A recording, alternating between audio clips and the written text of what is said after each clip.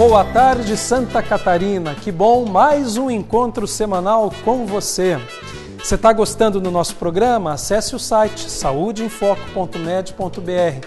Dá uma revisada nas entrevistas anteriores. Se você quiser, manda uma mensagem, manda uma pergunta para o nosso convidado, que ele vai ter imenso prazer em responder. Lembrando, as perguntas não são de domínio público. É o canal de comunicação de você com o médico. As outras pessoas não têm acesso às perguntas.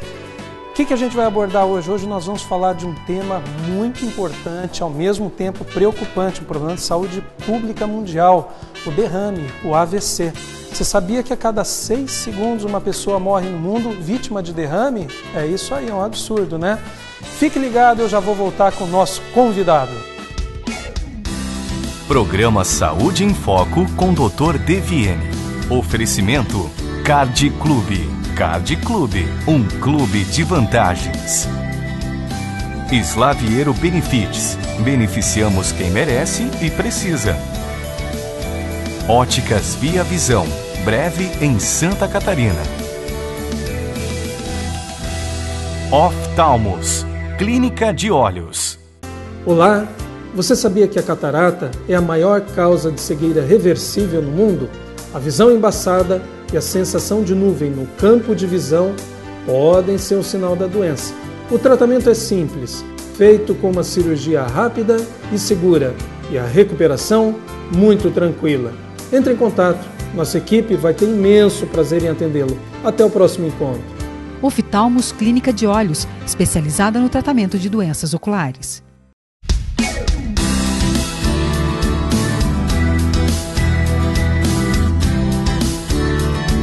Então vamos lá, gente. Antes da nossa entrevista, eu quero dar uma prévia para vocês. O nosso assunto hoje na prévia é de obesidade. Vocês sabiam que são 30 milhões de brasileiros obesos? O obeso não é o gordinho fofinho, o obeso é o gordo mesmo, que está muito acima do peso, que está arriscando a sua saúde a ter infarto agudo no miocárdio, doenças cardiovasculares de maneira geral, desenvolver diabetes induzido pela obesidade e também o nosso tema de hoje, aumentar o índice de AVC.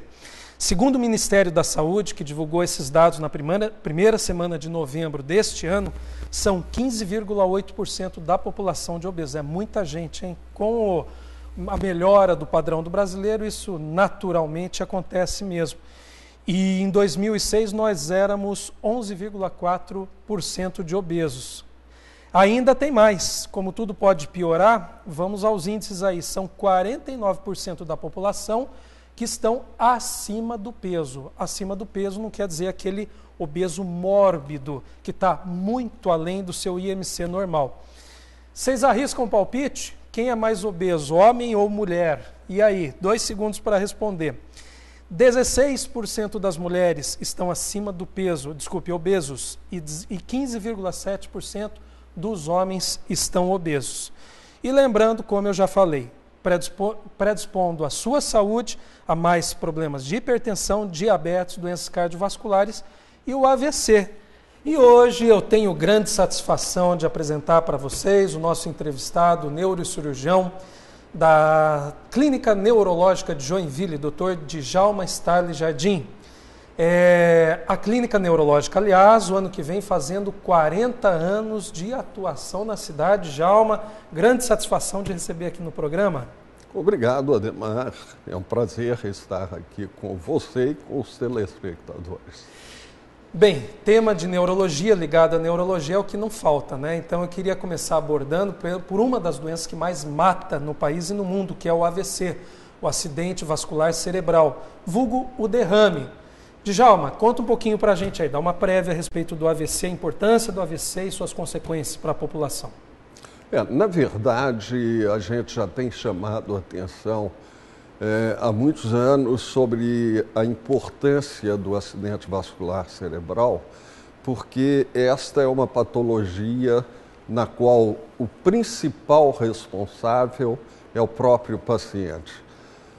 Os fatores de risco para o AVC são por demais conhecidos. A hipertensão arterial, a obesidade, o tabagismo, o diabetes, a vida sedentária são fatores que colocam todo mundo a partir dos 40, 45 anos em risco para as doenças cerebrovasculares e na qual o acidente vascular oclusivo é a patologia mais importante. E quando eu falo oclusivo, eu quero chamar a atenção para o termo acidente vascular cerebral, que ainda é um pouco mal entendido. Na verdade, acidente vascular cerebral é qualquer ictus, qualquer quadro agudo que ocorre a nível do sistema nervoso central de origem vascular. Então, os acidentes vasculares cerebrais se dividem em isquêmicos, que são os que ocorrem por falta de circulação no cérebro, por entupimento de uma artéria que nutre o cérebro, e os hemorrágicos, que ocorrem ou por ruptura dos aneurismas cerebrais, inclusive em pessoas muito jovens. Eu já tive a oportunidade de ver e de tratar hemorragia cerebral em criança de 5 anos de idade. E os acidentes vasculares que ocorrem aí em pessoa quase que exclusivamente na terceira idade, mas principalmente depois dos 40, 45 anos, também de natureza hemorrágica, que ocorrem em decorrência de hipertensão arterial severa não controlada. Essa é uma tinta sobre o que entender do acidente vascular cerebral para que as pessoas atuem realmente mais do que nós médicos, porque nós médicos temos limites bem definidos. E esses limites são estabelecidos pela doença, pela gravidade da doença, pela oportunidade de tratar precocemente os quadros agudos, e o paciente atua na fase mais importante da doença, que é a prevenção. É muito possível se chegar a uma idade avançada sem ter um acidente vascular cerebral, bastando que cada um faça a sua parte na profilaxia, na prevenção dos quadros vasculares cerebrais. Djalma, a pessoa que vai infartar, grande parte das vezes ela apresenta a dor pré-cordial, a dor no peito, que é a angina. A pessoa que vai ter um AVC, vai ter o derrame, ela tem como pressentir isso? Ela tem dor de cabeça? O que ela sente? Ou, surpresa, deu e acabou? Na verdade, existe um diagnóstico inadequado em muitas patologias vasculares cerebrais, principalmente nos derrames. O que acontece com muita frequência, e nós conversávamos antes no início do programa, por exemplo, em pessoas que têm uma dor de cabeça aguda, muito severa e inusual. Essa pessoa pode estar tendo um derrame. E o derrame implica em derramar alguma coisa. Então, significa extravasar sangue no cérebro. Esse é um quadro muito grave, precedido de uma dor de cabeça muito intensa, habitualmente acompanhado de vômitos e muitas vezes acompanhado de distúrbio do nível de consciência. E esses quadros exigem uma intervenção pronta do ponto de vista médico e hospitalar, que tem que estar adequado ao bom atendimento da patologia aneurismática do cérebro. Por outro lado, os quadros de acidente vascular cerebral oclusivo, que são as tromboses cerebrais, esses são quadros que muitas vezes têm sintomas prodrômicos, sintomas que antecedem a crise, muito variáveis e negligenciáveis. Por exemplo, tontura, mal-estar, sensação de cabeça leve, de zonzura na cabeça. Esses podem ser sintomas prodrômicos de uma patologia vascular cerebral que são facilmente negligenciáveis por não terem um valor patognomônico, um valor definido em relação ao quadro clínico. Por outro lado, a sensação de dormência, de formigamento de um lado do corpo, de falta de força transitória de um lado do corpo, as déficits de movimentação de face, as diplopias, que é visão dupla, que são os quadros de visão dupla. Isso pode significar um início de AVC, um AVC ou uma insuficiência circulatória cerebral. Por isso mesmo é muito importante que, na dúvida quanto a sintomas novos, se procure o médico e, de preferência, o especialista, que vai saber valorizar a clínica e vai saber conduzir os exames no sentido de detectar patologias cerebrovasculares que podem e devem ser tratadas precocemente. E quando eu digo podem e devem ser tratadas, é muito importante que se fique claro uma coisa. O acidente vascular cerebral instalado deve ser tratado em caráter de urgência, nas primeiras horas. Existe uma janela terapêutica que chega no máximo a 6 horas, quando ocorre um entupimento de uma artéria no cérebro. E essa janela terapêutica precisa ser muito respeitada, porque depois desse tempo existe um dano cerebral irreversível e as consequências são catastróficas. Morte ou déficit motor, déficit cognitivo, déficit de função mental, que podem ser definitivos e que significam uma catástrofe, não só para a família, mas uma catástrofe social. É por isso mesmo que a gente, com frequência, faz campanhas de prevenção do AVC, e nós estamos saindo da Semana Mundial de Prevenção ao AVC, na qual se chamou a atenção no mundo inteiro para a necessidade de profilaxia e de conscientização da necessidade de atendimento rápido aos acidentes vasculares cerebrais.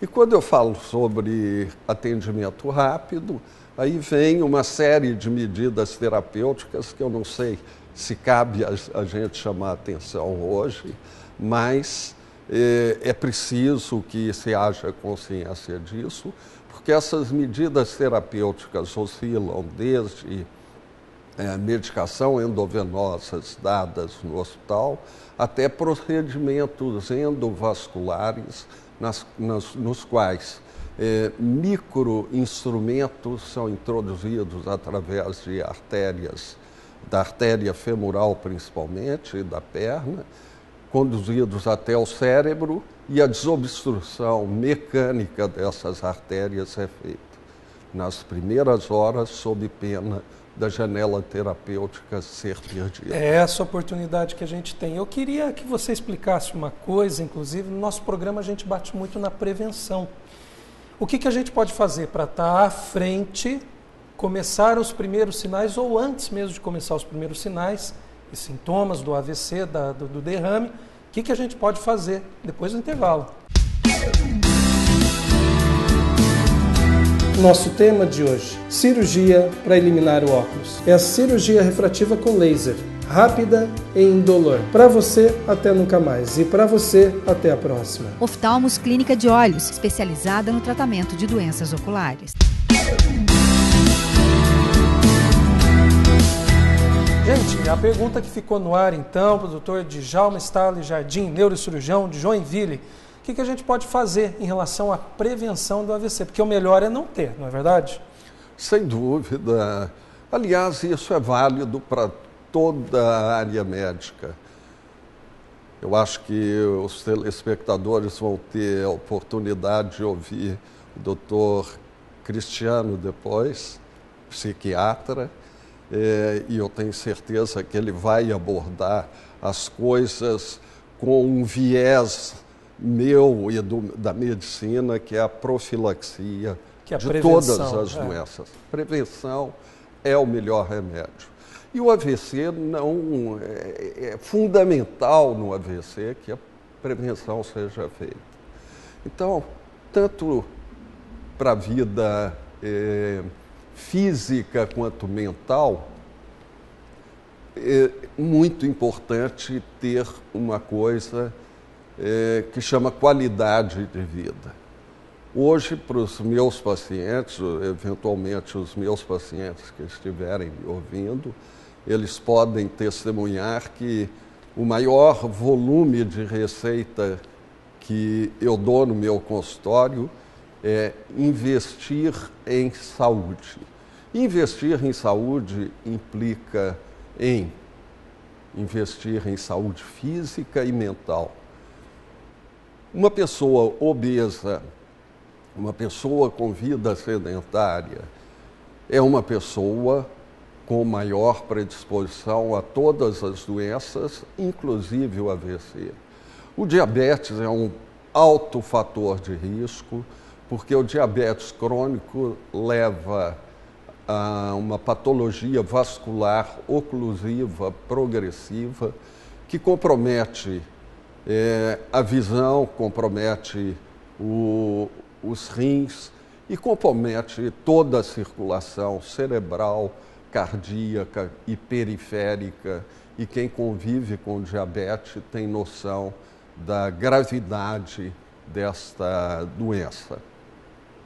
O uso de tabaco, de cigarro, é dos fatores mais graves em inúmeras doenças, e eu colocaria como profilaxia, prevenção número 1 do AVC, não fumar. Além disso, alimentação adequada, manter colesterol, triglicerídeos em níveis adequados, não ser obeso, nós já falamos, controlar pressão arterial elevada é um alto fator de risco. Então são esses os fatores. Eu acho que quem quer investir, afirmo, quem quer investir em saúde de um modo geral, mas investir fundamentalmente na prevenção do AVC, deve ter uma atividade física rotineira, não ser obeso, não fumar, controlar diabetes e hipertensão arterial e ter uma vida afetiva e psicológica que estão intimamente relacionados. Eu sempre digo, não existe vida afetiva sem vida psicológica adequada, e não existe o contrário. Então, ter uma vida afetiva e psicológica de boa qualidade. Eu sempre gosto de trazer exemplos pessoais que acontecem com a minha família, com os meus amigos. A gente comentava antes da gravação que eu tive um caso quando eu era estudante no cursinho, na época de cursinho, há pouco tempo atrás, de um colega que faleceu em virtude de um AVC, o derrame em jovem, né? Sem quaisquer sinais prévios, uma pessoa aparentemente saudável, que não apresentava sinais de nada. E aí, o que eu quero que o Djalma responda para a gente, logo a seguir do intervalo, é o seguinte: Se você não quer viver com esse temor, será que comigo pode acontecer a mesma coisa? Eu sou jovem, sou saudável, mas quem é que garante que eu não tenha um aneurisma que vai me predispor a um AVC? O que eu preciso fazer? Basta o exame neurológico ou eu tenho que fazer algum exame mais sofisticado? Fique aí que a gente já volta. Olá, nosso assunto de hoje é o ceratocone. Essa doença da córnea que acomete o jovem leva à perda de visão se não tratada adequadamente. Ele deforma a córnea, que é a tampinha transparente dos olhos. O tratamento do ceratocone se dá através do implante de anel corneano ou do crosslink. Até o próximo encontro. Oftalmos Clínica de Olhos, especializada no tratamento de doenças oculares.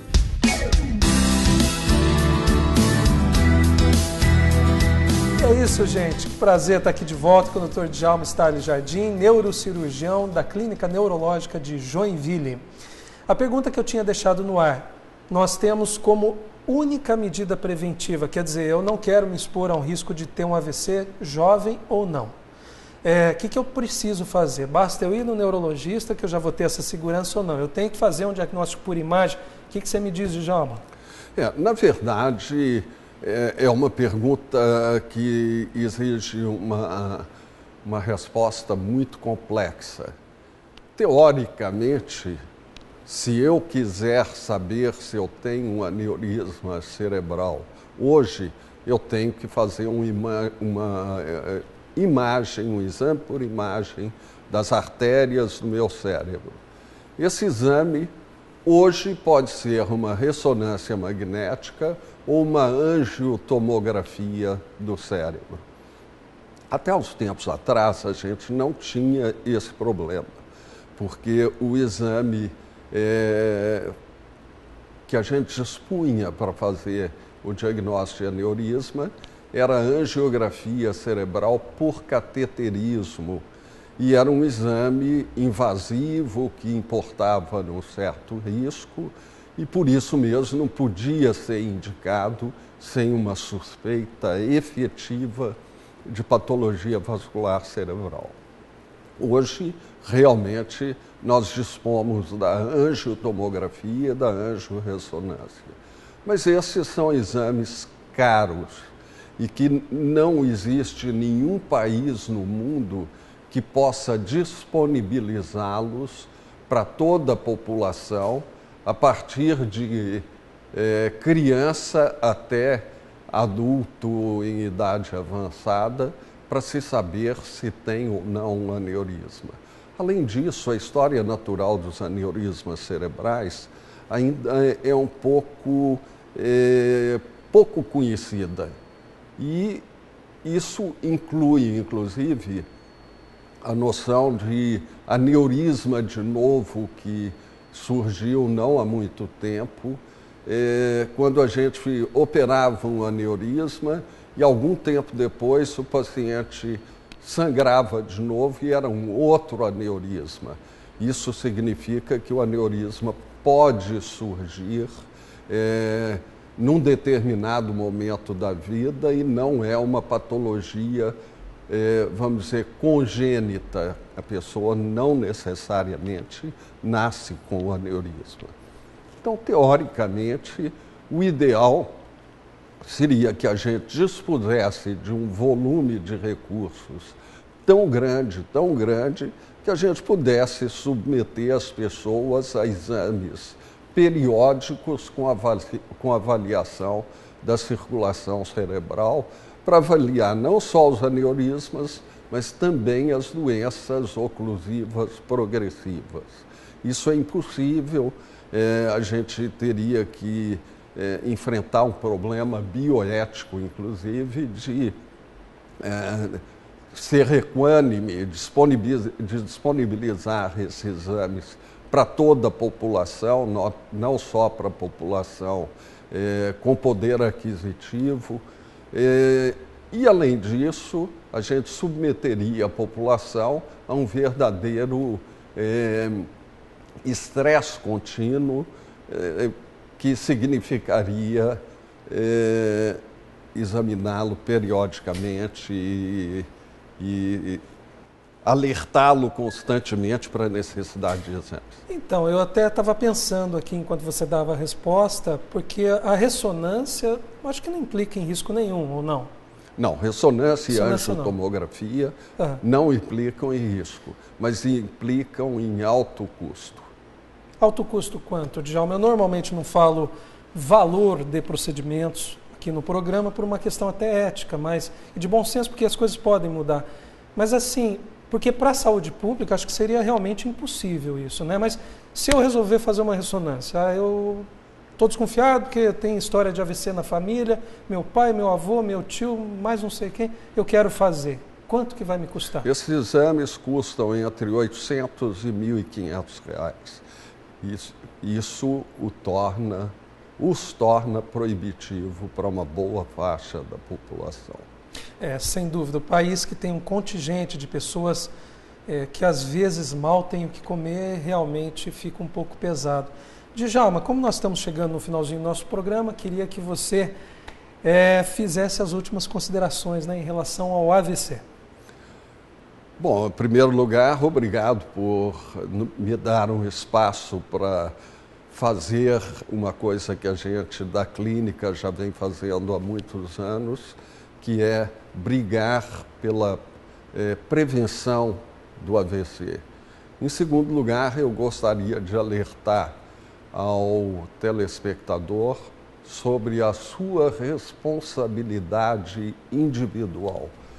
O AVC é de sua responsabilidade, não é da responsabilidade do poder público, da medicina privada, dos médicos, de ninguém.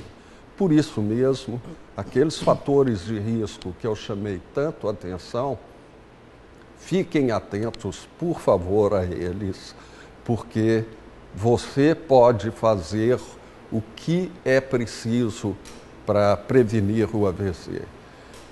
E vocês que já sofreram com algum familiar com um acidente vascular cerebral, que fica afásico e hemiplégico, sem fala e com um lado paralisado, restrito ao leito, você sabe o drama que isso significa. E, por favor, contribua para a divulgação da necessidade de prevenir essa patologia catastrófica. Que legal, então você pode fazer mais por você mesmo. Djalma, a satisfação é nossa recebê-lo aqui, mesmo porque você é uma pessoa ímpar, um profissional que realmente dá um renome à nossa cidade. Agradecemos de coração. Obrigado. Meus amigos, chegamos ao final do nosso programa com o bloco Visão em Foco. Hoje eu vou falar de um tema muito importante para vocês, como muitos outros anteriores, que são os tumores intraoculares. Ué, como assim? Tem câncer dentro dos olhos? Tem sim. A imagem que está sendo mostrada agora é de um tumor em pessoa adulta, chama-se melanoma. Esse tipo de câncer é diagnosticado normalmente pelo exame de fundo de olho. E aí, se não tratar o melanoma pode se espalhar, dá em outras regiões do corpo e é um tumor extremamente agressivo, que pode levar à morte.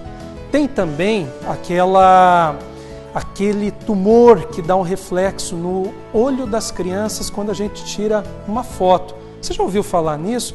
Se a pupila, que é a parte vermelhinha, aparecer esbranquiçada na foto, isso aí pode ser um sinal de tumor, que nem nessa imagem que eu estou mostrando agora para vocês, que é o tumor na criança. Esse tumor, com reflexo branco que você está vendo na foto, num dos olhos da criança, chama-se retinoblastoma. O retinoblastoma, se não diagnosticado precocemente, ele pode levar à morte. É um tumor de extrema agressividade que deve ser prontamente diagnosticado. Está vendo a importância do exame oftalmológico logo nas primeiras fases de vida? Fique ligado, não deixe o tumor ocular te pegar. Aliás, não deixe nenhum tumor te pegar. E que pena, gente, nós chegamos ao fim. Mas não tem problema, semana que vem tem mais Saúde em Foco para você. Se você quiser mandar pergunta para os nossos convidados ou ver as entrevistas anteriores, acesse lá o nosso site, saudeinfoco.med.br. Até semana que vem, um grande abraço.